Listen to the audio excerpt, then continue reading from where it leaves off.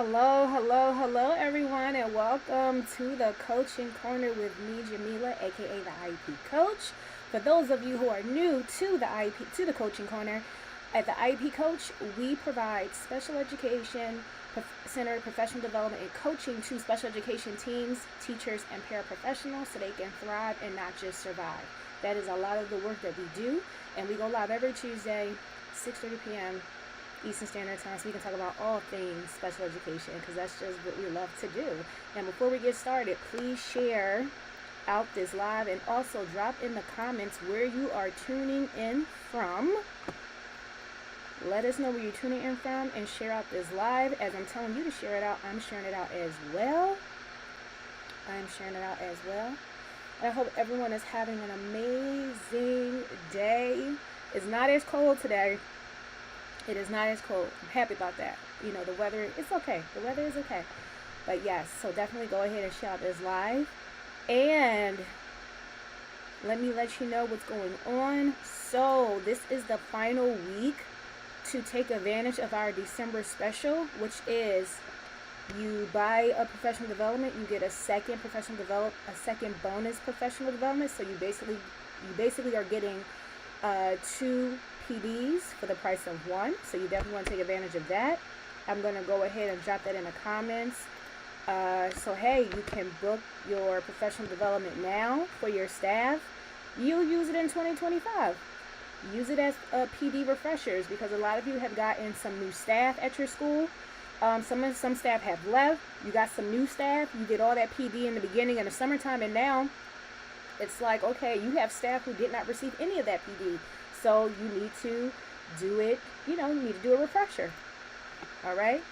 And we're doing something a little different today. I'm going to go live on TikTok, which I have not done, which we have not done in a very long time. Okay. I'm going to go ahead. Okay. So you definitely want to take advantage of that. You book a professional development, you get a second professional development as a bonus. So you're getting 2 PDs for the price of 1. Okay? All right. All right. And the second thing, we have our IEP in a nutshell workshop. It's absolutely free. Learn about the main sections of the IEP. That is absolutely free. I'm dropping the registration link for that. It is taking place January the 7th. You can go ahead and register. So if you want to learn about and this is for parents, it's for administrators, it's for teachers, related service providers, you name it, it's for you. Like, this is where you definitely learn the main parts of the IEP. So that way you can show up at these IEP meetings informed and with confidence. Okay. For those of you who are on Instagram, you can click the link in our bio so that way you can register because it's right there in the link in our bio. All right, we're going to go ahead and get started. So this evening, we're going to be discussing advocating for our students. Okay, specifically our students that have an IEP. Okay. And for those of you who are new to our page and you're just tuning in and you're like, I don't know what an IEP is. An IEP is an individualized education plan. Students that qualify for special education services, they get an IEP that will list their specialized programming and services that they need to thrive in their education. Okay, hello everyone that is tuning in. Hello. All right, so when you are advocating for students that have an IEP, the first thing you want to do, you want to make sure you know that student's IEP inside and out. Like, you need to know that IEP because how can you advocate for this student if you don't know what their needs are? You don't know what they require or anything like that. You have to know what is in this student's IEP. Know what related services they receive. Know the type of program that they have. So that way, again, by you knowing this information, it will help you to better advocate on their behalf. Okay? Because you need to know what's in their IEP. So for example, if you are advocating for the student to receive perhaps a certain type of program or a certain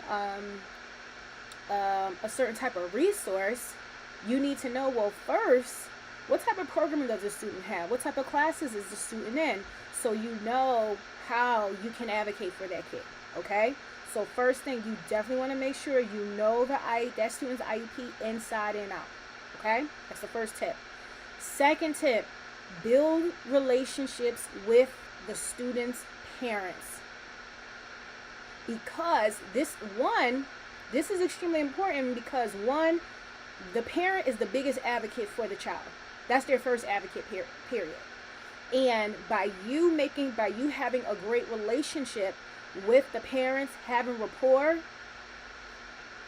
they can support you with your advocating for their child. They can give you information that can help you advocate for their child, and also they can then advocate on your behalf, because not only are you advocating as a teacher to the administration or whoever you have to advocate to, the parent can then go and advocate as well. So it's not just one voice, it's two voices. And it's great even if you have the IEP team to advocate, because you have multiple voices advocating for the student. Okay? And also, the parents are part of the IEP team. They are vital members of the IEP team. And you always want to have a good rapport with parents and a good relationship with them, because one, it helps them to understand how to support their child at home. And again, they can give you information about the student from home that can help you in school. It can help you. They may know how to motivate their child versus you. So then by them sharing that information with you, you can then apply it to the school setting to motivate their child. And I'm just using that as an example, because sometimes we're like, well, I don't know how to motivate so-and-so. I don't know how to do this. And the parent can give you information because they're like, oh, they really like this or they really like that. And that's helpful information for you. Okay? So always want to build rapport with the parents. It is extremely important. And also this helps parents learn the IEP process and learn just learn more of the special education system and the special education process and how to understand this IEP as well. This helps them to learn. Okay? The third tip, use your data to advocate. Always have data to back up what you're saying, what you are advocating for. You always need to have data. Data. I don't know if anyone has heard the saying, men lie, women lie, but the data don't lie. The data never lies. You always want to have data to back up what you're saying. So if you're advocating for the student let's say you're advocating for a student to change their placement because you're like, hey, this student is progressing. Hey, pull that student's data, pull their test scores, pull their projects, pull their grades, pull your observation notes, because that is the data that can back up why you are advocating for this. Okay? You always want the data to back up your argument. And that makes your argument even stronger because you can pull data to show it. Hey, the student may need a functional behavior assessment. Collect your data. You need data to back up why the student requires a FBA, which stands for functional behavior assessment.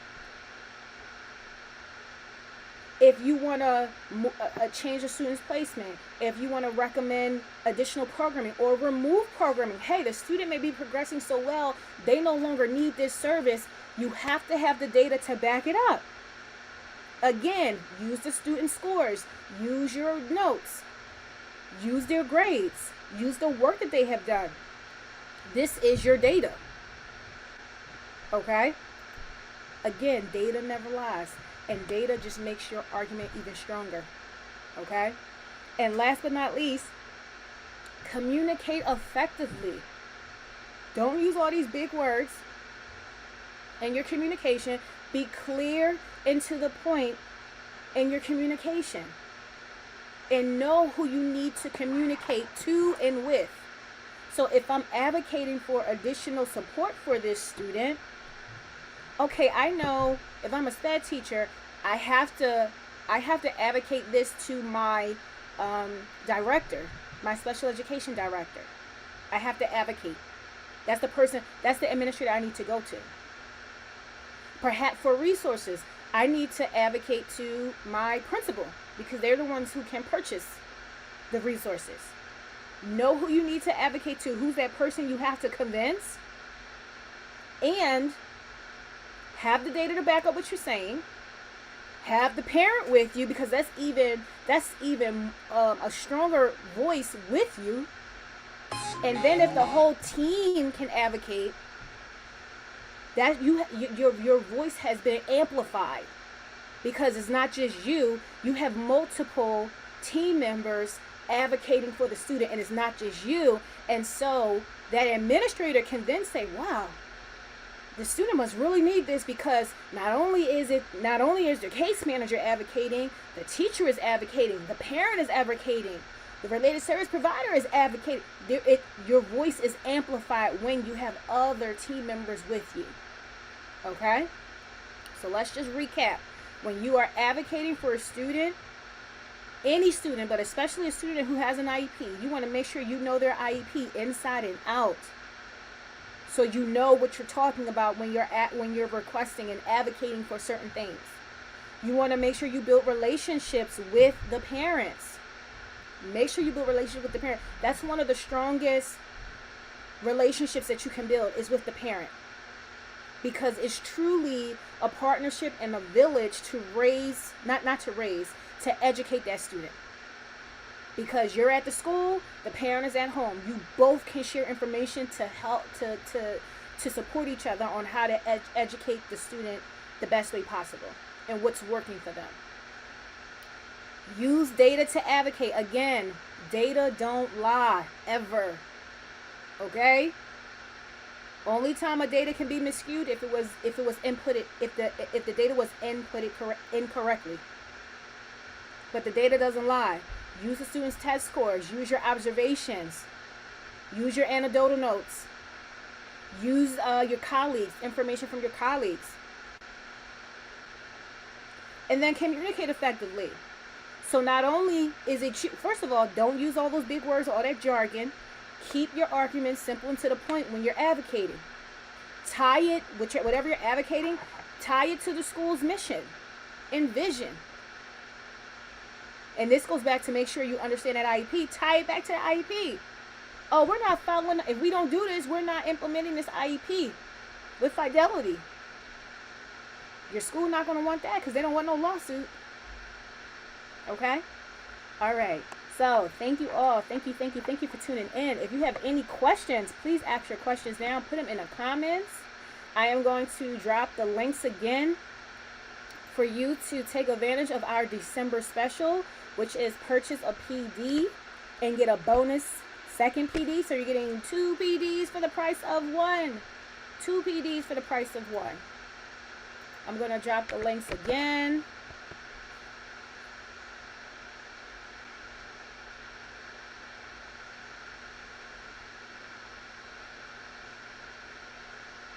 So I'm dropping the link, and I'm also dropping the link for our IEP in a Nutshell workshop. This workshop is absolutely free. Come learn about the main parts of the IEP so you can have more knowledge of the IEP, and you can just show up more prepared and confident at these IEP meetings. I am dropping that link again. If you are on Instagram, the link is in our bio.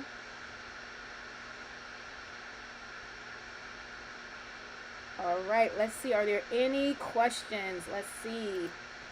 Any questions? If the question comes to you later on, feel free to message us or DM us. We are very responsive on our social media. We will get back to you. All right, let me check Instagram, see if we got any questions. Let me see. I don't see any questions. Let me check over here on TikTok to see if we got any questions.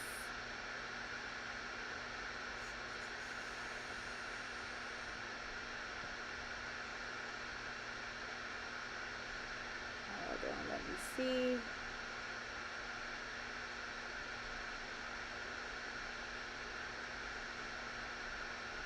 don't see any questions. All right, I don't see any questions, so we're going to go ahead and sign off. Again, if the questions come to you later, just send us a DM. We'll definitely answer your question. Like I said, we're very responsive. And we won't see you again until the new year because, hey, the holiday break is coming. And so, yes, we will not have the coaching corner next week, which is that the 23rd? I think the 23rd. We won't be on next week, and we won't be on that following week because we'll be on break. So we will see you. Is that January 3rd? No, is it the 2nd? Hold on. I gotta look at my calendar because I know we will not be on.